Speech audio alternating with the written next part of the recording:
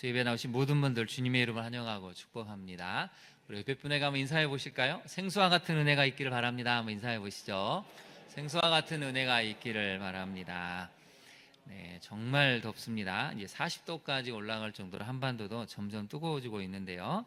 한번 사진 한 장 보실까요? 이게 이제 지난 7일에 기자가 남산에 올라가서 열화상 카메라로 사진을 찍은 것인데, 화면 한번 잠깐 보여주실까요? 엄청나게 덥습니다.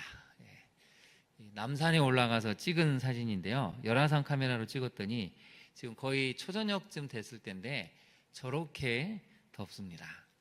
이게 문제는 이제 이게 온도가 내려갈 기미가 안 보인다는 것이죠. 내년에 만약에 41도까지 올라간다면 10년 후에 여러분 45도까지 올라갈 수도 있습니다. 한반도가 어떻게 살아야 될까요?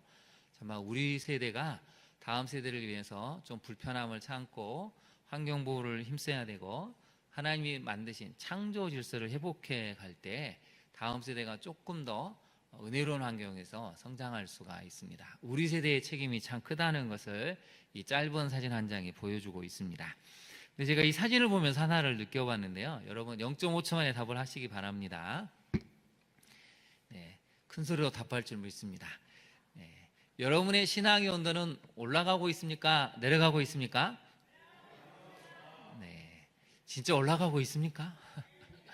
신앙의 온도가 내려가면 안 되는데 자꾸 우리는 내려가는 쪽에 있는 것은 아닌지 반대가 돼야 되겠죠. 기온은 좀 내려가야 되고 신앙의 온도는 올라갈 때 은혜의 역사가 만들어지죠. 오늘 우리 수협에 나오신 성도님들만이라도 신앙의 온도가 높아지기를 간절히 소망합니다. 신앙의 온도가 높아질 때 하나님이 우리에게 맡기신 사역을 능숙하고 잘 감당해 낼 수가 있습니다. 사진을 몇 장을 보고 좀 시작을 하려고 하는데요.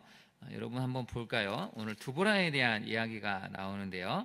두보라의 종려나무라고 나오죠. 사진을 보시면 종려나무가 이렇게 생겼습니다. 대추야자로 많이 이야기도 하는데요.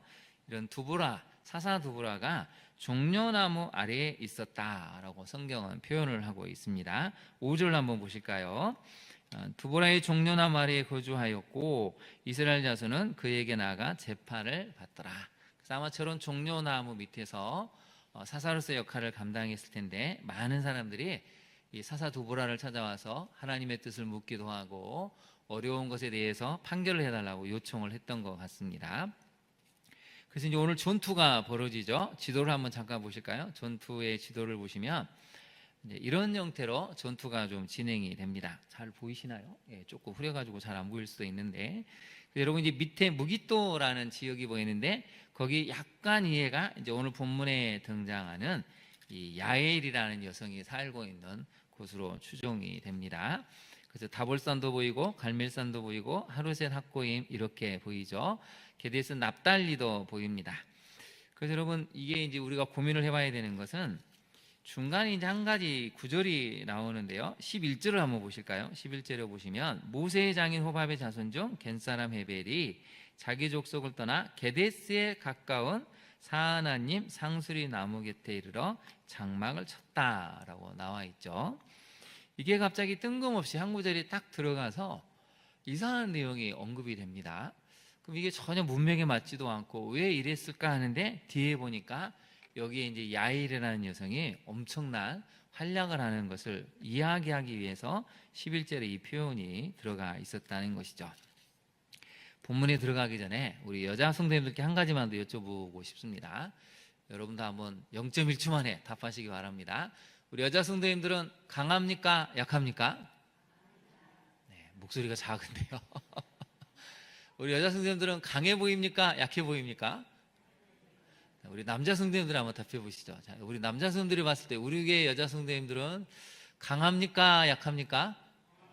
네, 목소리가 훨씬 더 큽니다.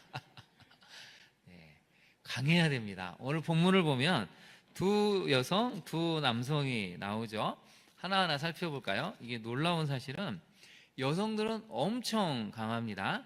4절부터 한번 볼까요? 그때라는 단어가 나옵니다. 여러분 거기다 한번 네모를 쳐보실까요? 그때는 언제냐면 20년 동안 이스라엘 백성이 고통을 겪었습니다. 철병거 900대가 있는 가나안 왕 야빈 밑에서 엄청나게 20년 동안 고통을 겪는 그때에 한 여성이 딱 등장을 했다는 것이죠. 근데 랍비도스의 아내 여선지자 두보라가 이스라엘의 사사가 되었다라고 나옵니다. 그래서 이제 화면을 한번 잠깐 보실까요? 이제 우리가 좀 몇 가지 좀 사실들 알아야 되는데, 이름을 좀 알아보겠습니다. 하솔이란 뜻은 둘레 마을이라는 뜻이 있습니다. 가나안 양 야비에는 그 하나님은 분별하신다, 간파하신다, 지각하신다, 아신다는 의미가 있습니다. 그러면 악을 행하면 안 되는데, 이 재밌게도 가나안 야비는 전혀 뜻과는 상관없이 하나님이 간파하시고 분별하신 걸 알면 악을 행하면 안 되는데 20년 동안 이스라엘 백성을 괴롭힙니다. 랍비돗이라는 뜻은 뭐냐면 횃불, 불꽃, 번개라는 이름 뜻을 갖고 있습니다. 그래서 4절에 보시면 랍비돗의 아내 여선지자 두보라고 나오죠. 남편이 횃불이고 불꽃이고 번개다라는 걸 보면 굉장한 남편인 것 같습니다. 근데 두보라의 이름 뜻은 뭐냐면 꿀벌이라는 이름 뜻을 또 갖고 있습니다. 그래서 꿀벌처럼 여러 꽃을 옮겨 다니면서 이 꽃들이 잘 이렇게 할 수 있도록, 클 수 있도록 그런 역할을 감당하는 이스라엘 백성들에게 이 꿀벌과 같은 역할을 하는 것을 보여주죠. 그다음에 마지막에 등장하는 바락은 번갯불이라는 뜻을 갖고 있습니다. 그래서 오늘 성경은 두 여인이 등장을 합니다. 두보라와 야엘이 등장을 하고, 그 다음에 바락과 그 다음에 누가 등장을 하죠? 시스라가 등장을 하게 되죠. 묘하게도 이 두 여성과 두 남성은 굉장한 차이점을 보게 되는데요. 두보라는 주부의 역할을 감당하면서 사사가 된 것으로 보여주고 있습니다. 왜냐하면 랍비돗의 아내 여선지자 두보라 이렇게 표현한 걸 보면 성서학자들은 주부 역할을 잘 감당하면서도 사사의 역할을 감당했을 거다라고 보고 있습니다. 그런데 이제 이 하나님이 말씀을 하셨죠. 너무 이스라엘 백성이 고통을 겪고 있으니 바락을 불러라. 그래서 6절을 한번 볼까요? 사람을 보내서 아비노함의 아들 바락을 납달리 게데스에서 이제 부릅니다. 불러가지고 하나님이 이렇게 말씀하셨습니다. 그래서 6절을 한번 볼까요? 중간에 보시면 이스라엘 하나님 여호와께서 이같이 명령하지 아니하였느냐? 너는 납달리 자손과 스불론 자손 10,000명을 거느리고 다볼산으로 가라. 왜냐하면 내가 야빈의 군대 장관 시스라 그의 병거들 그의 무리를 기손강으로 이끌어내게 이르게 하고 그를 내 손에 넘겨주리라. 그럼 거기다 네모를 쳐보실까요? 7절에 내가라는 단어죠. 이 내가는 하나님이 하신다는 것입니다. 하나님이 너가 나가기만 하면, 납달리 자손 스불론 자손 10,000명을 거느리고 나가기만 하면 기손강으로 이끌어줄 것이다. 내 손에 넘겨줄 것이다. 그러니 너는 뭐만 하면 된다고요? 순종만 하면 된다라는 것이죠. 여러분, 이렇게 쉬운 일이 없습니다. 미리 답을 알려주고 너는 그냥 이 답이 있으니까 행동만 하면 돼, 순종만 하면 돼. 그러니 너가 할 일은 사람들을 불러 모으는 것이죠. 근데 여러분, 이 바락이 사실 굉장히 능력자인 게 말 그대로 10,000명을 또 불러 모읍니다. 이게 굉장한 것이죠. 여러분 10절을 한번 볼까요? 바락이 스불론과 납달리를 게데스로 불러서 부르니 10,000명이 그를 따라 올라갔다고 나오죠. 여러분, 이게 부르는 게 뭐냐면 전쟁을 하자는 것입니다. 사람들을 보내서 바락이 이제 이야기를 하죠. 10,000명이 사람들이 우리에게는 적어도 필요한데 나와 같이 싸우러 갑시다 하는 것입니다. 그런데 여러분, 무슨 문제가 있는 것이죠? 20년 동안 철병거 900대를 보고 가나안 왕 야빈의 막강한 군사력을 보니까 사람들 마음에 두려움, 무력감, 불안함, 패배감이 있습니다. 우리가 싸워서 이길 수 있을까? 근데 바락이 와가지고 같이 싸우러 나가자고 하니 이건 지금 같이 죽으러 가자는 이야기와 똑같은 것이죠. 그러면 여러분, 사람들이 같이 갈 수 있을까요? 20년 동안을 패배감, 무력감에, 절망감에 해도 안 되는데 뭘 할 수 있지? 우리는 아무 능력도 없는데, 이런 사람들을 여러분 불러 모은다 하면 몇 명이나 나올 수 있겠습니까? 제가 생각할 때 한 100명만 모아도 진짜 많이 모은 것입니다. 20년을 이렇게 처절하게 무력하고 처절하게 패배감에 사로잡히고 처절하게 우리는 안 돼라는 생각으로만 뭉쳐있는 사람들을 여러분 100명도 1000명도 아니고 10,000명을 모은다? 이건 보통 일이 아니죠. 그래서 여러분, 바락이 대단한 것은 성경은 뭐라고 설명하지 않지만 그래도 바락이라는 사람, 이 한 사람은 영향력이 있었다는 것이죠. 그래도 바락이 말하니까, 바락이 말하는 걸 들어보니까 하나님이 함께 하신다는 것이 느껴지니까 10,000명이 그래도 같이 갔다는 것이죠. 여러분, 우리에게도 그런 힘이 있어야 됩니다. 우리가 누군가 하나님과 일을 할 때 같이 갑시다 했을 때 적어도 나 한 사람의 요청으로 인해서 10명은 100명은 그런 선한 영향력을 발휘하는 사람으로 느껴야 되지 않을까요? 여러분 스스로에게 그런 자신감이 있기를 바랍니다. 우리 옆에 사람에게 한번 그렇게 고백해 볼까요? 당신도 바락과 같은 사람입니다. 한번 해볼까요? 시작. 당신도 바락과 같은 사람입니다. 선한 영향력을 갖고 있는, 선한 힘을 갖고 있는 우리 성도님들이라는 것이죠.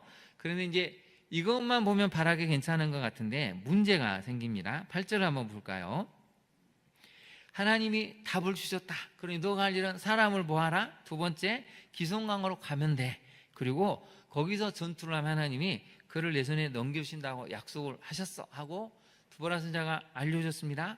그럼 어떻게 해야 되죠? 가면 되는데 8절 한번 볼까요? 이렇게 얘기합니다. 만일 당신이 나와 함께 가면 내가 가려니와 만일 당신이 나와 함께 가지 아니하면 나도 가지 않겠습니다. 겁을 먹은 것이죠. 당신이 가야 내가 갈 수 있다. 나는 도저히 못 간다. 여러분, 누가 지금 이 얘기를 해야 되는 겁니까? 거꾸로 바락이 당당하게 나가고 두보라가 같이 가줄까요? 라고 물어봐야 되는데 반대가 돼버렸습니다. 얼마나 20년 동안 남성들이 무력감에 휩싸였는지 자신감이 사라져버렸다는 것이죠. 신앙의 야성이 완전히 죽어버렸다는 것입니다. 하나님의 말씀이 들려졌음에도 불구하고 믿기는 하는데 눈에 보이는 증거가 좀 있어야 될 텐데 두보라 당신이 가면 내가 용기가 나서 싸울 수 있을 것 같다는 것이죠. 우리 여자 성도님들 한번 답을 한번 해보십시오. 우리 교회 남자 성도님들은 신앙의 야성이 있어 보입니까? 없어 보입니까? 네, 아까 남자 성도님들이 이상한 것보다 너무 작아본데요. 한 번 더. 우리 교회 남자 성도님들은 신앙의 야성이 있습니까? 없습니까? 네, 있어야 됩니다. 신앙의 야성이 사라져버리니까 승리가 약속됐음에도 불구하고 주눅이 들어가지고 지금 나가지를 못하고 있다는 것이죠. 그래서 두보라가 안타깝습니다. 내가 당신과 가기는 갈 텐데 9절을 한번 보실까요? 내가 반드시, 거기다 한번 별표를 해보시죠. 반드시. 얼마나 두려워하고 무서워하고 야성이 사라지는지 막 초조해하고 긴장하는 이 바락을 보니까 안쓰럽습니다. 그래서 확신을 주죠. 내가 너와 함께 가리라. 여기까지 해야 되는데 반드시라는 걸 씁니다. 반드시. 그래, 내가 반드시 당신과 함께 갈 텐데 그러나 내가 이번에 가는 길에서는 영광을 얻지 못하리니 이는 여호와께서 시스라를 누구의 손에 넘긴다고요? 여인의 손에 넘길 것이다. 그래서 사사기 4장은 엄청난 충격을 주는 것입니다. 지금도 그렇지만 옛날 고대의 여성이 지도자가 된다, 고대의 여성이 전쟁에서 영광을 얻는다는 것은 남성들 입장에서는 굉장히 수치스러운 일이고 모욕스러운 일인데 하나님 뭐라고 말씀하시냐면 너가 내 말을 믿지 못하고 사사 두보라가 가야 된다고 했으니 여인이 그 영광, 승리의 영광을 차지할 것이다 라고 말씀을 하십니다. 그래서 여러분 거기다 메모를 해보실까요? 여인의 손에 파실 것입니다 라는 것은 한번 메모해 보실까요? 흐름이 바뀌었다는 것입니다. 바락에게 주시고자 했던 하나님의 영광의 흐름이 놀랍게도 바락이 무서워하고 당신이 꼭 가야 됩니다 라고 하는 순간 흐름이 바뀌어버렸습니다. 그래서 여러분 하나님이 말씀하실 때는 두렵고 떨리더라도 우리가 해야 될 일은 무엇입니까? 아멘 하고 가면 되는데, 그럼 하나님이 놀라운 영광을 주실 수 있는데 바락은 그걸 못했다는 것이죠. 한번 연습을 해볼까요? 제가 하나님이 가라고 말씀하십니다 하면 여러분은 아멘 순종하겠습니다 한번 해보시죠. 하나님이 여러분에게 가라고 말씀하십니다. 예, 순종하실 수 있죠. 예, 순종할 때 흐름이 안 바뀌고 가는 것이죠. 하나님은 그래도 이 수많은 남성들이 바락을 통해서 용기를 얻고 신앙의 야성을 되찾고 다시 한번 가정을 세우고 민족을 세우고 이 공동체를 세울 수 있는, 흐름을 바꿀 수 있는 힘을 주시고자 했는데 바락이 그걸 못했다는 것입니다. 그래서 그 순간의 흐름이 바뀌는 안타까운 일이 일어나게 된 것이죠. 자, 그러면 우리가 이제 첫 번째 메시지부터 하나 살펴봐야 될 텐데요. 첫 번째 메시지를 한번 보겠습니다. 성도는 구원 이후에 신앙의 체질을 바꾸지 않으면 여전히 죄의 종노릇함으로 고통을 겪을 수 있음을 기억해야 합니다. 여러분 4장 1절 한번 보실까요? 에훗이 죽었습니다. 에훗이 80년 동안 사사를 하면서 그 다음에 그 악을 사사 에훗이 제거를 하면서 80년 동안 그 땅에 평화가 찾아왔습니다. 그러면 어떻게 해야 되죠? 남아있는 이스라엘 백성들은 계속해서 하나님의 뜻을 쫓아가야 되는데 4장 1절을 보니까 또 여호와의 목전에 악을 행했다라고 나와 있습니다. 죄의 종노릇을 했다는 것이죠. 여러분, 이게 문제입니다. 우리는 구원을 받았는데 신앙의 체질이 바뀌지 않을 때가 있습니다. 내 안에 있는 혈기시, 거짓말하는 습관이, 자꾸 뭔가 미루는 습관들이, 또 사람들과의 관계를 힘들게 하는 어떤 행동들, 버릇들이, 이런 여러 가지 체질이 바뀌지 않으면 누군가가 나 때문에 힘들 수 있다는 것을 오늘 성경은 알려주고 있죠. 이스라엘 자손도 신앙의 체질을 바꾸지를 않았습니다. 요단강을 건넜고 여리고성 아이성을 점령을 했고 수많은 성들을 점령을 해서 하나님의 기적을 경험했으면 이제 신앙의 체질이 바뀌어서 하나님만 따라야 되는데 놀라운 사실은 전혀 그렇지 않았다는 것이죠. 그래서 여러분 적용을 한번 해볼까요? 바꾸어야 할 우리 신앙의 체질은 무엇입니까? 왜 여전히 여러분 그것을 바꾸지 못하고 있습니까? 우리 안에도 바꿔야 될 뭔가 신앙의 체질이 있는데 그걸 바꾸지 않으니까 계속해서 가정에서 문제가 생기고 교회 내 성도들과의 관계에서도 어려움이 생기는 것을 많이 보게 됩니다. 왜 못 바꾸고 있죠? 바꾸지 않아도 괜찮으니까 안 바꿀 수도 있고 바꾸려니까 너무 힘들어서 그럴 수도 있고 지금까지 살아왔는데 뭐 얼마나 더 산다고 또 이런 마음으로 안 바꿀 수도 있습니다. 근데 여러분 바꾸지 않으면 그건 언젠간 부메랑처럼 우리를 힘들게 한다는 것이죠. 두 번째를 같이 한번 읽어볼까요? 시작. 신앙의 체질을 바꾸기 위해 개인과 가정, 공동체가 서로 도움을 주고 있습니까? 여러분 신앙의 체질을 바꾸려면 목장 모임에서 또 함께 성경 공부하는 모임이나 이런 그룹에서 자기의 연약함을 고백해야 됩니다. 그럴 때 공동체가 서로 권면해주고 그 아픔을 직면해주고 또 안아주고 하면서 하나하나 이 체질이 바뀌는 은혜를 경험할 수 있는데 오늘날 교회는 예배만 드리고 금방 가다 보니까 이런 공동체 안에서 나의 연약함을 고백하기도 어렵고 고백해도 그것을 선뜻 받아주지 못하니까 많은 사람들이 어려움을 겪고 있는 것 같습니다. 우리 교회만큼이라도 여러분 공동체 안에서 우리의 연약함들을 고백해서 우리 체질을 바꾸는 은혜의 역사를 만들어낼 수 있기를 간절히 소망합니다. 여러분 체질이 바뀌지 않으면 앞으로 우리의 신앙에서 풍성한 열매 맺기는 정말 어렵다는 것을 오늘 성경은 알려주고 있죠. 그래서 여러분 2절을 한번 볼까요? 또 하나님의 목전에 악을 행하니까 하나님이 어떻게 하십니까? 여호와께서 파하셨다라고 나옵니다. 하솔에서 통치하는 가나안 왕 야빈의 손에 그들을 파하셨으니 거기다 한번 밑줄을 그어보실까요? 여호와께서 그들을 파하셨으니 이게 놀라운 일입니다. 체질을 바꾸지 않고 또 악에 물드니까 하나님이 거기에 대해서 심판하시고 돌아올 수 있는 징계를 하셨다는 것이 오늘 본문이 들려주는 굉장히 놀라운 이야기죠. 근데 이제 우리가 주목해야 될 것은 11절입니다. 11절을 다시 한번 볼까요?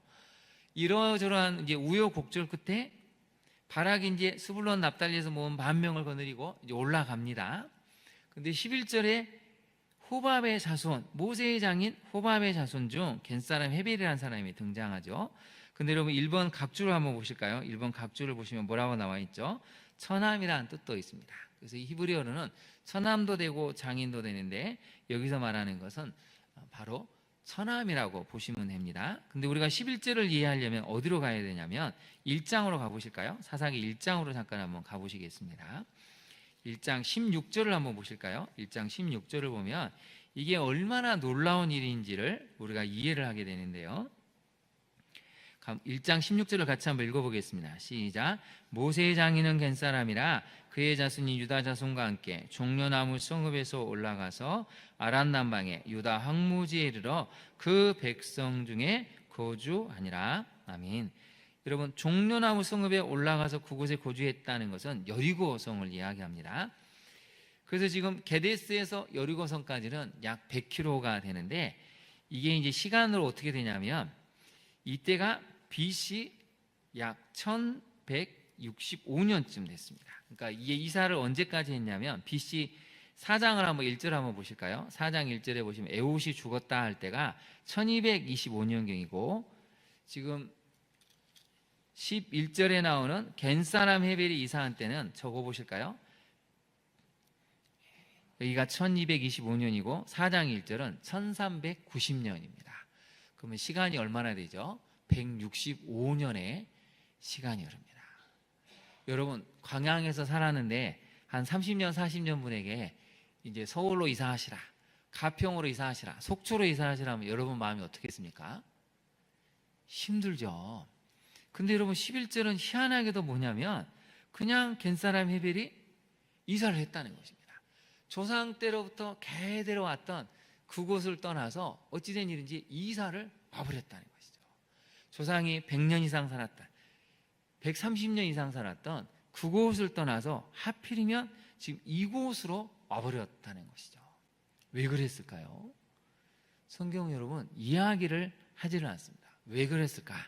근데 여러분, 오늘 두 번째 메시지를 한번 살펴볼까요? 두 번째 메시지를 한번 보도록 하겠습니다. 같이 한번 읽어보겠습니다. 시작. 개인의 선택은 하나님의 때에 구속사로 연결될 수 있음을 알아야 합니다.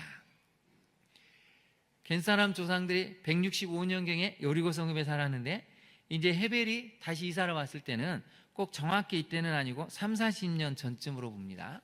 그러면 여러분, 한 130년 동안 살았던 땅을 떠나서 이곳으로 왔는데, 나중에 결론을 보니까 하나님의 구속사, 이스라엘 백성을 구원하기 위한 사건으로 지금 겐사람 헤벨이 자기도 모르게 이사를 왔다는 것이죠.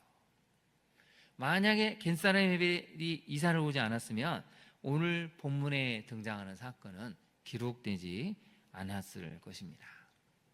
그래서 우리의 선택은 굉장히 중요한데요. 첫 번째 적용점을 한번 먼저 살펴볼까요?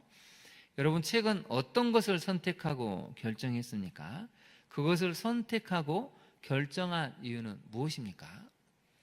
오늘 본문도 간단하게 이사를 선택을 해서 그냥 온 것입니다.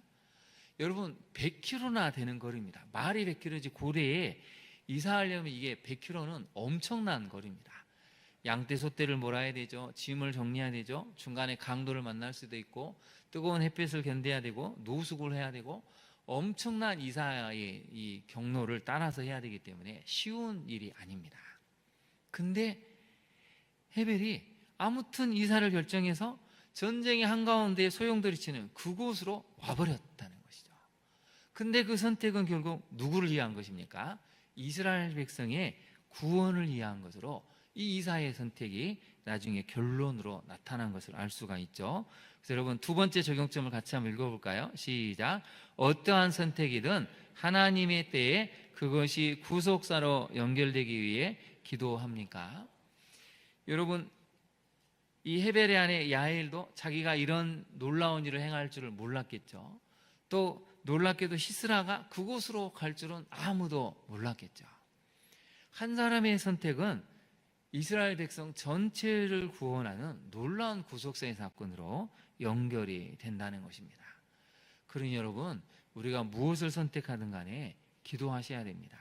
그 선택은 먼 훗날 봤을 때 하나님의 구속사로 연결돼서 누군가를 살릴 수 있는 놀라운 선택이고 결정이 될 수 있다는 것을 오늘 성경은 알려주고 있다는 것이죠. 그것이 이사가 됐든 결혼이 됐든 또 자녀의 대학을 선택하든 간에 직장을 선택하든 그 어떤 선택은 어떠한 선택이든 간에 하나님께서는 그 선택을 통해서 하나님의 뜻을 이루고자 하신다는 것이죠. 그래서 여러분, 우리가 하나님을 믿으면 우리의 선택은 하나님의 구속사로 연결될 수 있다는 그런 믿음을 가지셔야 합니다. 저를 한번 따라해 볼까요? 나의 선택은 하나님의 구속사와 연결이 됩니다.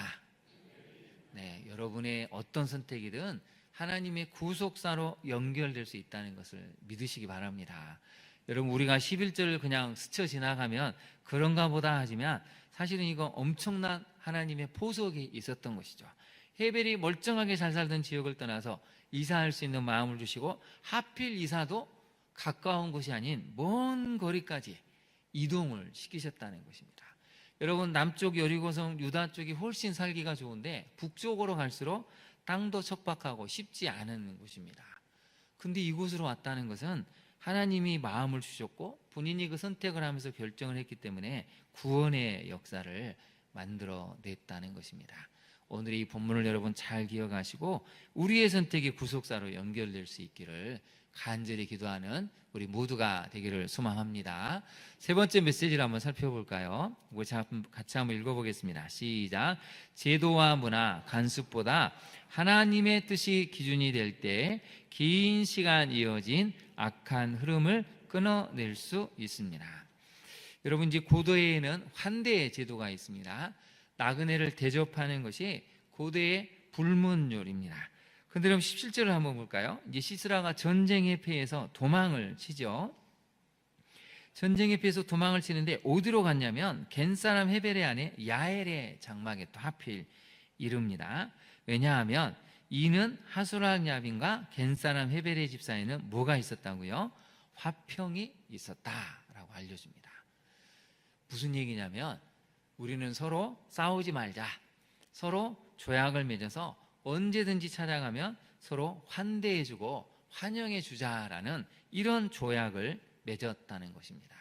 그러면 여러분, 야엘은 뭘 해야 되죠? 지금 한눈에 봐도 전쟁에 피해서 그 늠름하고 대장부답고 아주 기계가 대단한 사람이 초라한 몰골로 지금 도망쳐 왔습니다. 그러면서 살려달라고 외원을 하는 것이죠. 그래서 여러분 18절 한번 볼까요? 그에게 말하되 나의 주여 들어오소서, 내게로 들어오시고 뭐하지 말라고요? 두려워하지 마소서. 거기다 밑줄 그어보실까요? 두려워하지 마소서. 여러분, 시스라는 한 번도 인생에서 두려움을 경험해 본 적이 없는 사람입니다. 최강의 무기 철병거를 갖고 있으니 이 장군의 한마디면 군대가 움직이고 대승을 매일 거뒀기 때문에 두려워한 것을 경험해 본 적이 없는데요, 놀라운 사실은 15절을 한번 보실까요? 15절을 보시면 여호와께서 바락 앞에서 시스라와 그의 모든 병거와 그의 온 군대를 칼날로 혼란에 빠지게 하심에 시스라가 병거에서 내려 어떻게 도망했다고요? 걸어서 도망했다는 것입니다. 거기다 한번 밑줄을 그어보실까요? 병거에서 내려 걸어서 도망한지라.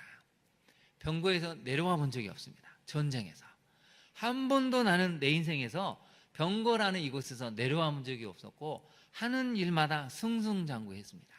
그런데 오늘은 내려서 걸어가지고 걸음만 다 살려라고 도망을 쳤다는 것이죠. 하나님을 모르는 인생의 결말은 다 이렇게 된다는 것을 오늘 성경은 분명하게 알려주고 있습니다. 그래서 야엘이 행하는 행동이 있는데요, 여러분 그림을 보시면 성경 본문 이해가 될 것 같은데 그림을 한번 잠깐 보실까요? 네, 여러분, 야엘이 얼마나 대담합니까? 물을 달라고 하니까 우유 부대를 줘서 마시게 하고 그를 덮어줬죠.